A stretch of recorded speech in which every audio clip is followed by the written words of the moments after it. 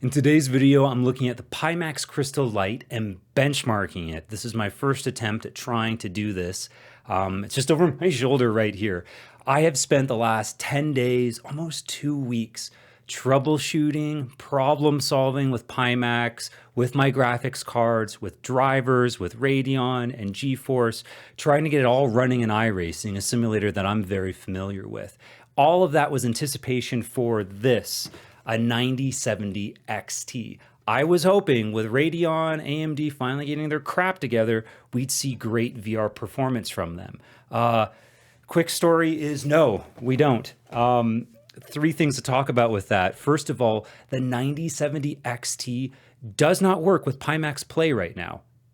It doesn't work, okay? There is a major, I don't know, something going on with the CPU looping or some kind of runaway process. It's 10 FPS in the headset, even within Pimax Play Home. Doesn't matter if I use Steam VR. It doesn't matter if I go into a VR title. It is just lagging and broken. So if you have one of these new cards, you will be very disappointed with where Pimax Play is operating right now. I have given them my data. I have shared everything I have, my user experience to Pimax. They have shared and are in discussion with AMD. I don't know how long it's going to take them to resolve this.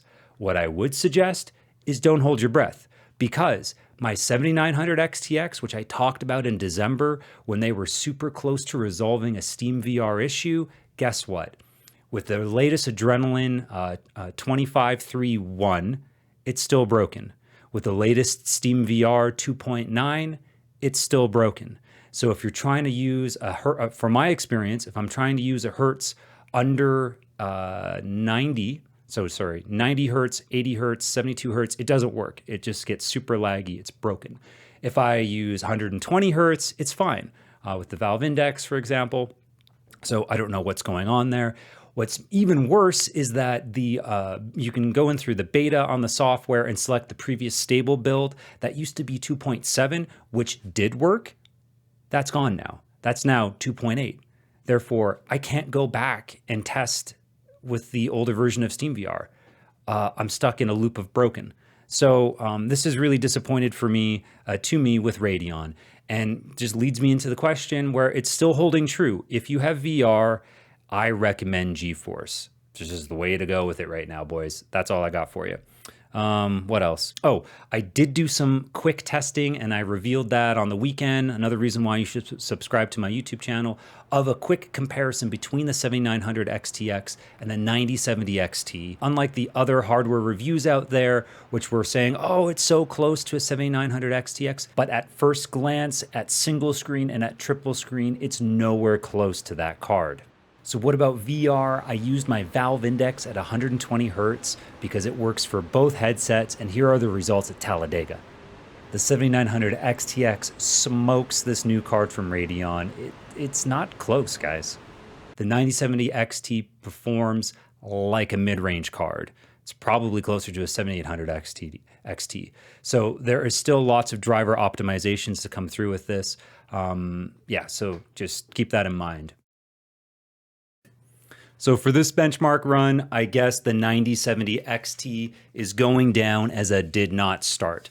Unfortunately, it doesn't work. I hope Pimax and Radeon can figure out their stuff, but we'll have to do other testing to prove what this thing is capable of. So what about its competitors? What is it positioned to go against? A great resource for this is Tech Power Up. Let's scroll down and skip all the way to relative performance. This is a really easy, quick cheat sheet to get an understanding of how these cards stack up against each other. This is 2D gaming only. There is no simulator stuff in here. I mean, they have F1 24, if you want to count that as a simulator. Anyway, here's a 9070 XT. They think it is just 4% slower than a 5070 Ti, 5% slower than a 7900 XTX, 7% behind a Super. Okay. What about last gen? 4070 Ti Super. Okay, it's got a little bit of a bump here. And then where's the regular 5070? Wow. all the way down here in a lesser tier. So to give you an idea, I always think my 3080 Ti performs somewhere between these two, a 3090 and a 4070 Super. So it's more likely that my 3080 Ti is a more relevant marker for where the 5070 will perform than these cards. This is really underwhelming performance. So it's in my opinion that the actual competitor to this card hasn't been released yet. It's going to be a 5070 Super. You know it's coming. That's what's going to be tackling this card, in my opinion. I don't know when that's going to happen, but that's what everything is positioned to look like.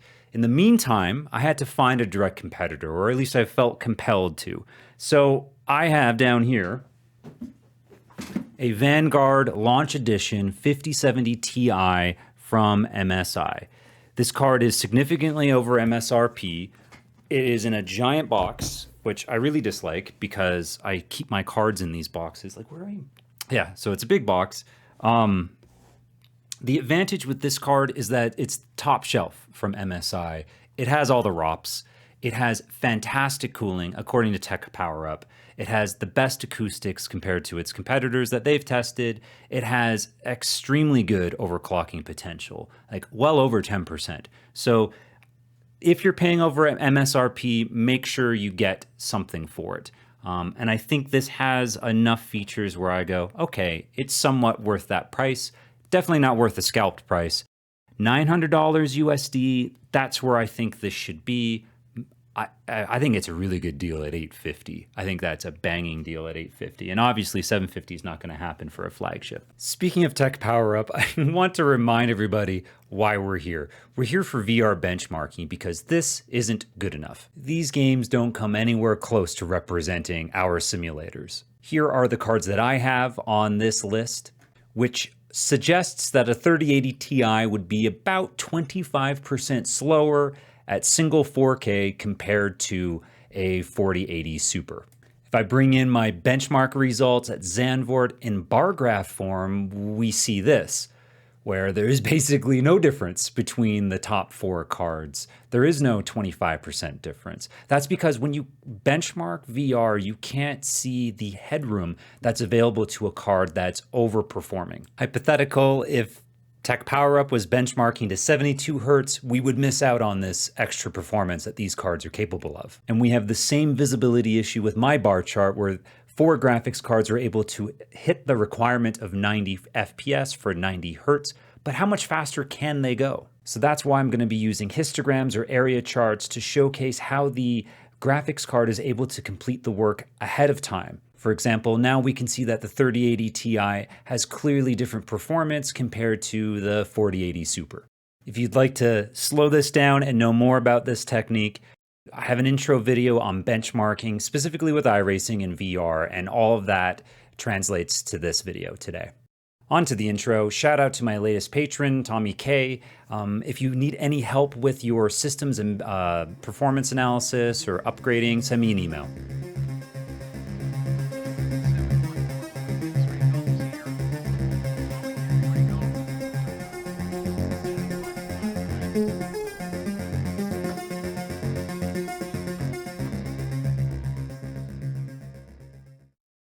In the background is some footage I took when I got my first impressions with the Pimax Crystal Light. I'm impressed with the headset. That's why I'm benchmarking with it today. And I have a referral code up here or at the end of the video.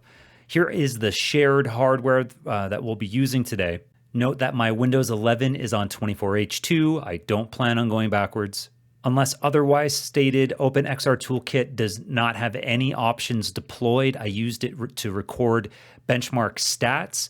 Other tools I used were CapFrameX, FPS VR, and Xframe tools. But where I really want to spend some time talking about is this chart. I spent a half hour making this, updating it. This is the list of GPUs we're looking at today. I've updated this with some interesting stats. One is the launch model MSRP, what the manufacturers were asking for or the retailers were selling. Sometimes there's a little bit of a difference there, but that is the point of time. Notice how the 3080 Ti was $1,400 back during the crypto boom. Now its current gen equivalent in performance is the RTX 5070. It's supposed to have an MSRP of $550. Right now it looks like eBay this month is selling them around $800, but I just thought it was interesting to see the contrast here. It's also strange to see the 4080 Super on eBay selling for more than a 5070 Ti. Most benchmarkers have not shown that significant of a difference between these two models, and I won't be doing that either. So that's a bit of a buyer mistake right now, I guess. Another note is that I am not applying a custom overclock to these cards. I'm sticking to what the manufacturer has applied. So that does mean for each card, maybe there's 5 or up to 15% extra performance left on the table that I'm just not looking at. If we're talking iRacing, we have to talk about single pass stereo, SPS, the ability for the NVIDIA graphics card to draw 2 images for the left and right eye from one instruction from the CPU. Notice how all 3 NVIDIA GPUs here from 3 different generations have very similar CPU frame times. The performance data from the Radeon 7900 XTX came from OpenXR Toolkit, but it only records performance per each second, not per frame or group of frames like FPS VR can do and XR Frame Tools. So the resolution is lower. The performance isn't actually janky like that. That's just the data from the OpenXR Toolkit. Regardless, I think this clearly shows the disadvantage that Radeon has, that it's unable to let the CPU give one instruction for both eyes. It needs the CPU to deliver both instructions. And I'm using a 9800X3D in this testing. This is a fast freaking CPU. And we have some data points around 9 milliseconds, which is just 2 milliseconds of CPU headroom available for this benchmark.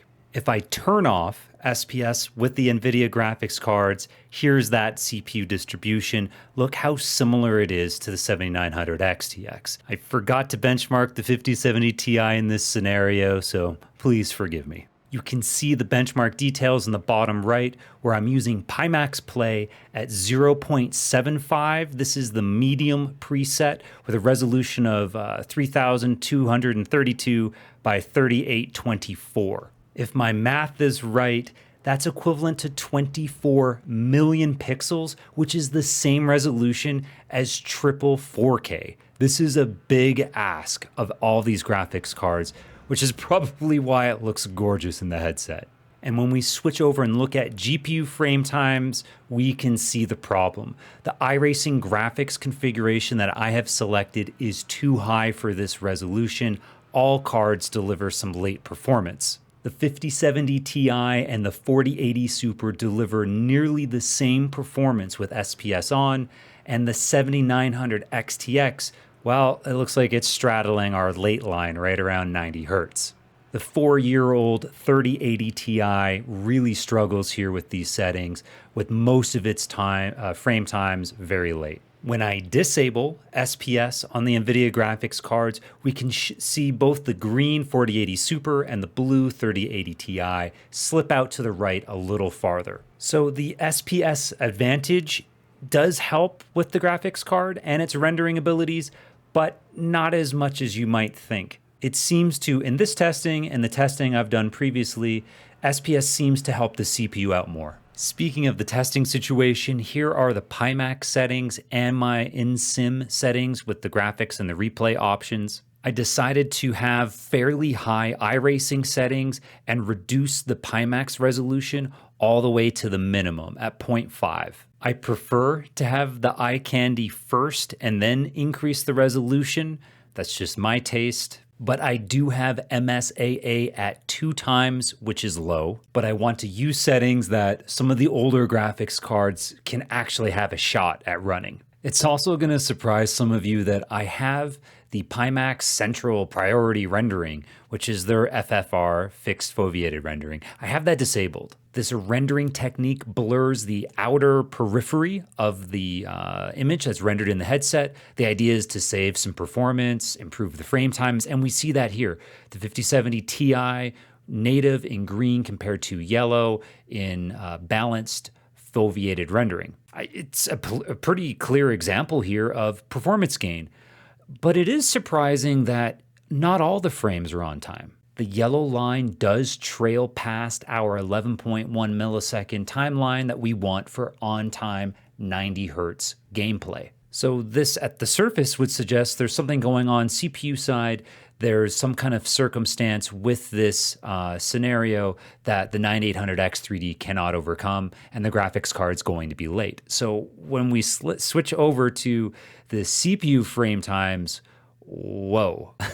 Yeah, something's wrong here. It almost looks like this completely breaks iRacing SPS. So out of curiosity, let's turn off SPS and let's see that performance in red. According to this, running Pimax Play foveated rendering is worse for CPU performance than running double projections without SPS. That's crazy. There has to be some inefficiency here. Please post in the comments if you know. Okay, let's get off the detour. Let's go back to no foveated rendering. We're at 0.5 resolution, the lowest resolution that the Pimax Crystal will go to. And here's the average FPS for all of these cards. The top 4 pass the test.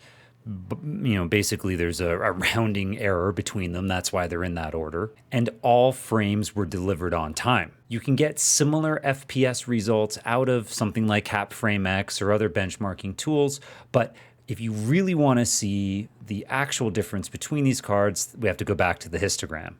Just another quick reminder, the 9070 XT is not in this performance list because it does not work with Pimax Play properly. There's a bug. Speaking of bugs, there are others on this chart. These data points over here to the left with the 7900 XTX are erroneous. They're wrong results. They're just a fault of the tool. Meanwhile, the 6700 XT, its results were captured using OpenXR Toolkit. That's why it's jaggedy. It's not actually that bad in the headset, but it just has reduced data points. So it ends up looking like that in this type of graph. Back to the results, the 4080 Super and the 5070 Ti, man, they're like super close. It's nearly identical performance and they're leading ahead of the 7900 XTX. At this resolution, the 3080 Ti is holding its own. It has pretty good results. I would be happy with this. This is indicative of a 4070 family card. I think if you drop some iRacing graphics settings, you could probably increase to 4 times MSAA, maybe even bump up the resolution a little bit. A quick glance at the CPU frame time reveals that all of the GeForce cards are basically stacked up on top of each other because of the SPS Advantage, but there is a distinction between the two Radeons. Because the 6700 XT is struggling so much, the CPU is constantly waiting for it. That's why the CPU has faster frame time response compared to the 7900 XTX. Now let's try an easier load. Let's go to the oval track, Talladega, and have some trucks. With less track geometry and only one car model, this is much easier to render. The frame times are so similar between the 5070 Ti and the 4080 Super that they practically overlap. The red 7900 XTX has good performance, and there still is a little bit of erroneous data to the left around the 4 millisecond line, so ignore that. And the blue 3080 Ti is right on the Radeon's heels. This suggests that a card like a 4070 Ti Super, or maybe even the new 5070 original model, that might even be as fast as a 7900 XTX in this kind of testing. Even with this easy workload, the slower cards I have, the 3060 Ti in gold, the 6700 XT in purple, they're unable to do 90 hertz. They're struggling at the oval track. But there's still a clear advantage of GeForce over Radeon. Even the 2070 Super 8 gigabytes is outperforming the 6700. It doesn't look like there's any new insights with the CPU frame time chart. The GeForce cards are overlapped, and yeah, we just see the Radeon separate from the bunch. Now let's go completely the opposite direction to a GT3 wet race. This is the most intense rain replay that I have for benchmarking. Looking at the left-hand side, again, the 5070 Ti and the 4080 Super are step for step in this scenario. Both are able to deliver on-time performance. All of their data points are to the left of our 11 millisecond timeline. I had so many errors in my other tools in getting Radeon performance. I had to switch over to the Open XR toolkit and use its stat system to capture this. Again, it's not that jaggedy, but that's just the granularity of the tool. It looks like the 7900 XTX, again, slightly outperforms the 3080 Ti, even though that NVIDIA has SPS Advantage. This benchmark is a big challenge for the other three cards at the back of the bus.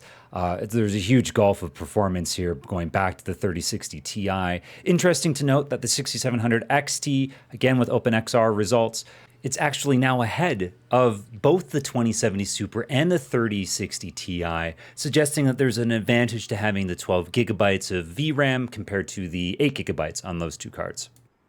So even at the lowest resolution of the Pimax headset, these cards are struggling big time. Switching over to the CPU frame time chart, yeah, I mean, it's fairly similar to what we've seen before. There's a bit of a step out between the NVIDIA products because obviously we're running into more FPS issues that are catastrophic on the slower cards. So we see both the yellow and the gray lines kind of trail out a bit farther than the other ones. The two Radeon cards in red and purple, they're fairly closely represented here in this CPU frame time chart. Whether that's just the rain or the fact that both of these results are captured with the OpenXR toolkit stats, I'm not sure. But I don't really think there's much to talk about here. However, I am interested in the CPU overhead of adrenaline drivers, and it wouldn't be an odyssey without some more detours. So let's go on one of those now. So one thing I want to talk about is CPU overhead. I have two theories. One theory is that in order to get the most out of a top-end graphics card and a top-end headset, you also need a top-end CPU. All of my benchmarking has been done with the 9800X 3D.